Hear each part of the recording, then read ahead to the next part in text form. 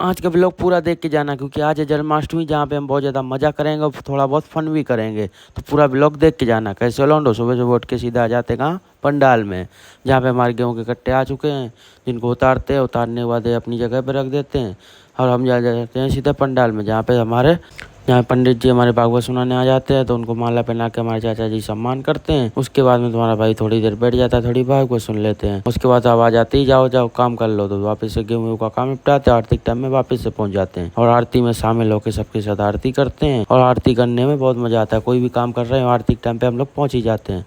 उसके बाद सबको आरती देने के बाद हम वापस से अपने काम पे आ जाते हैं। और यहाँ पे काम करते करते हमें सीधा शाम हो जाती है। बहुत ज़्यादा काम है, इसलिए ब्लॉग ज़्यादा नहीं बना पा रहा हूँ। काम निपटा के सीधे पंडाल पहुँचते हैं, जहाँ पे बच्चों को देख के अपने बचपन की याद आ जाती है। पहले हम भी कितना ऐसे ही मस्ती करा करते थे। भागवत चालू होते ही मुझे काम मिला, जितने लोग भी आएंगे इस टंकी में उनका चंदा मत डलवाना है। लेकिन आज भी कोई भीड़ नहीं दिख रही, पर थोड़ी देर बाद इतनी ज़्यादा भीड़ होती है हमारे कंट्रोल के बाहर। उसके बाद क्या है, भक्त का लाया हुआ प्रसाद लेके हम अंदर आ जाते हैं, जिसको हम देखते हैं कम तो नहीं पड़ेगा। जो कम पड़ रहा था उसमें और मिला के अच्छे से प्रसाद बना के रेडी किया।